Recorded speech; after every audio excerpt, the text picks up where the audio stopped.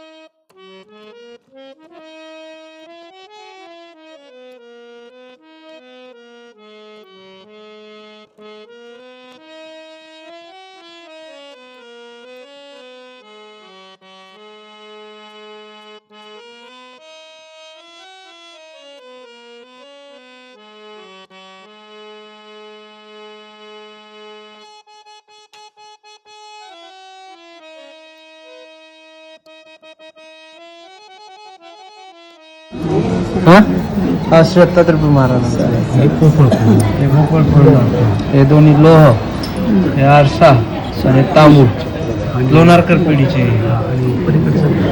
पलीकडचं मला नाही माहिती, त्याची ज्ञान नाही मला, त्याचं मला ज्ञान नाही माहित नाही ते नाही.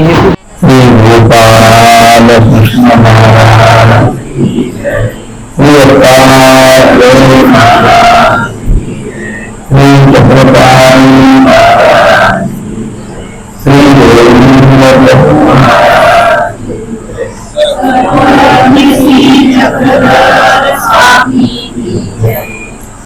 स्थान ज्या ठिकाणी परमेश्वर अवतार बसले त्याला स्थान म्हणलंय. परमेश्वर अवताराचा स्पर्शाने पवित्र झालेला आहे, पवित्रता आहे आणि विशेष जर जास्त दिवस राहिले तर प्रसन्नता राहते. आणि ते असून त्याच्या ठिकाणी दोन शक्ती आहेत, माया आणि कृपा. मग ते स्थानामध्ये आपल्या घरातले विशेषही घ्या, विशेष सुद्धा त्या स्थानाचे काढून आणलेले असतात. विशेषामध्ये काही कमी शक्ती नसते, परंतु आपली श्रद्धा स्थानावर बसते.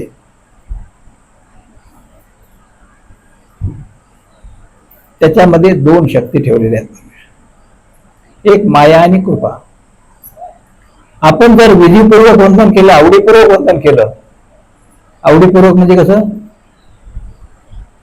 आपलं मन त्याच्यात गेलं पाहिजे. जसं स्थान विशेष स्थान नमस्कारताना आपलं लक्ष त्या स्थानावर पाहिजे, परमेश्वरावर लक्ष पाहिजे, त्याला वंदन करणं म्हणतात. आता तुम्ही इथं आहे, तुम्हाला घरची आठवण आली, महिलाला माहेरची आठवण आली, त्यांचं मन कुठं असतंय? शरीराने तुम्ही इथं आहात, परंतु मन तिथं राहील. तसं आपण स्थान नमस्कारताना, विशेष नमस्कारताना, प्रसाद नमस्कारताना आपलं लक्ष हे परमेश्वराजवळ पाहिजे.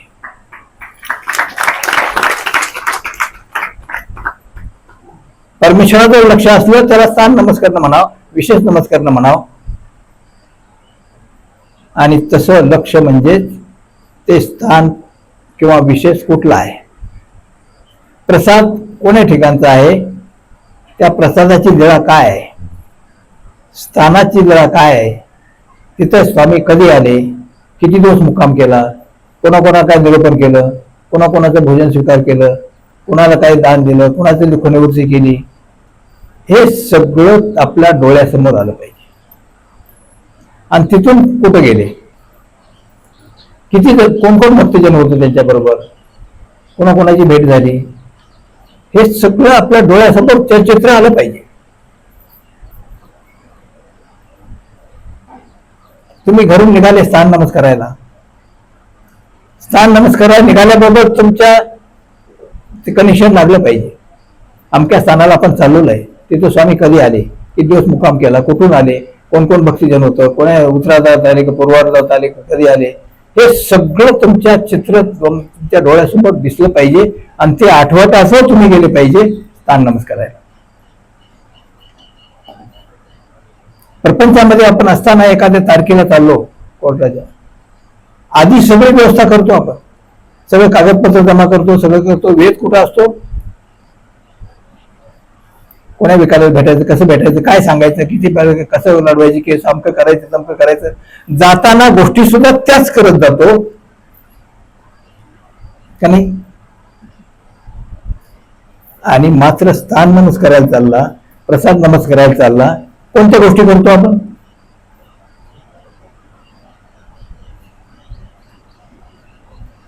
त्या देवा आठवतो. म्हणजेच आपलं लक्ष प्रपंचाकडे आहे, परमेश्वराकडे लक्ष नाही, परमेश्वराची आवडी नाही आपल्याला. आपण जर जाताना प्रपंचाचे काम करत असताना, प्रपंचात कोणतं करत असताना परमेश्वराची जर आठवण केली तर आपले प्रेम परमेश्वरावर आहे. आणि अशा पद्धतीनं आपण परमेश्वराची आठवण करत करत गेलो स्थान नमस्कारायला, प्रसाद नमस्कारायला. आणि तिथे गेल्यानंतर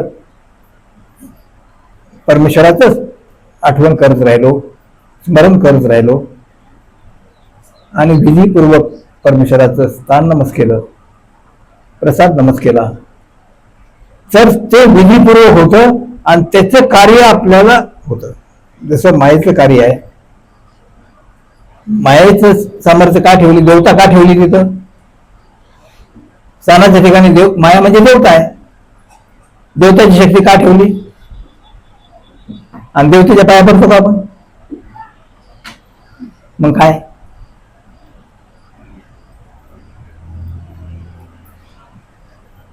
परमेश्वराने आपल्या सहाय्यासाठी देवता ठेवलेली आहे तिथं. परमेश्वराची जी प्रमुख शक्ती, जे प्रधान शक्ती आहे, तिला तिथं ठेवलेलं आहे. कशासाठी? आपले दृष्टपर जे काय आहे ते इच्छा पूर्ण करणं, संकट दूर करणं, सगळं काही ते माया करत असते. दृष्टपर जेवढं कार्य आहे, सहाय्य करणं, तुमचे कामामध्ये मदत करणं, तुमचे कार्य सिद्धी करणं, हे सगळं माया करते. पण कधी करते? आपण आवडीपूर्वक, प्रेमपूर्वक स्थान नमस केलं, प्रेमपूर्वक प्रसाद नमस केला, प्रेमपूर्वक सगळं केलं, विधी घरचा विशेष सुद्धा, देवपूजा सुद्धा आवडीपूर्वक अगदी खाली बसून जो विशेष कुठला आहे हे आठवण करून शांततेने देवपूजा केली तर हे कार्य होतं. आपण जर शांततेने देवपूजा नाही केली, कपाळाला लावला, आपलं लक्ष तिकडे जाईल, लवकर जायचंय, ड्युटीला लवकर जायचंय, शेतात लवकर जायचंय, अमकं लवकर काम करायचंय, ते माणसं आलेले आहेत, ते अमकं झाले, डोक्यात हे चक्कर फिरतंय आणि कपाळाला देव लावतोय. त्याचा फायदा नाही. देवपूजा ही शांततेनेच केली गेली पाहिजे. आणि त्याच्यासाठी देवघर सुद्धा आपल्या घरातलं स्वतंत्र असलं पाहिजे.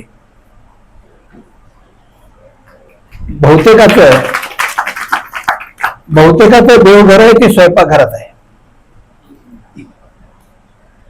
स्वयंपाकघरात देवपूजा असल्यानंतर आपण जातो देवपूजा करायला, तिथं बसता येत नाही, स्मरण करता येत नाही, जळ आठवता येत नाही, गेल्या उभ्या देवपूजा करतो. आपलं चहा झाला का म्हणतो, तिकडं लक्ष कुठं असतं? स्टोव्हवर चहा ठेवलेला आहे तिकडं, आणि इकडे देवपूजा करतो. महिला सुद्धा देवपूजा करतात, इकडं गॅसवर चहा ठेवतात, हात सवय करतात आणि देवपूजा करायला जातात. लक्ष कुठं असतं? अशी देवपूजा नाहीये. ह्याला देवपूजा म्हणत नाही, पण त्याला सहाय्य होत नाही. देवघर हे स्वतंत्र प्रशस्त असलं पाहिजे. घरातल्या सगळ्या व्यक्तींना बसून देवपूजा करता आली पाहिजे, दंडोत घालता आले पाहिजे, आरती करता आली पाहिजे, मन एक स्मरण करता आलं पाहिजे, शांतता पाहिजे त्या देवघरामध्ये. असं घरामध्ये तुमच्या बेडरूम किंवा बैठक रूम आहे, त्याच्यापेक्षा देवघर प्रशस्त असलं पाहिजे. देवघरात गेल्यानंतर शांतता वाटली पाहिजे आपल्याला, असं देवघर पाहिजे. घराचे ऊर्जास्थानी देवघर आहे आणि आपण बैठक रूमला महत्व देतो, बेडरूमला महत्व देतो, आणि देवघर एका कोण्यात ठेवतो. काही ठिकाणी आहे देवघर आहे वेगळं, पण त्याच्यात सगळ्या वस्तू टाकलेल्या आहेत. ज्या अडकळीच्या वस्तू आहेत ते देवघरात ठेवतात, किंवा देवघराचं साहित्य आहे, रुमाल आहेत, सुडे आहेत, वर्षानुवर्ष ते सुडे आहेत. आपल्यासाठी आपण प्रत्येक वेळेला जाऊन आपल्या मुलासाठी ह्याच्यासाठी नवीन कपडे आणतो, त्यावेळेला देवासाठी कपडा पहिला घेतो का? मुलासाठी घेतो, बाकींसाठी घेतो, अगदी त्याची आठवण ठेवतो, पण आधी देवासाठी फाडला पाहिजे. 1 मीटर का होईना देवासाठी आधी चांगला कपडा फाडला पाहिजे, नंतर बाकीचा. आधी कोणती वस्तू घ्यायची असली आधी देवासाठी घेतली पाहिजे, देवाची आधी आठवण केली, म्हणजेच आपलं मन देवाच्या ठिकाणी आहे, आपली आवडी देवाची.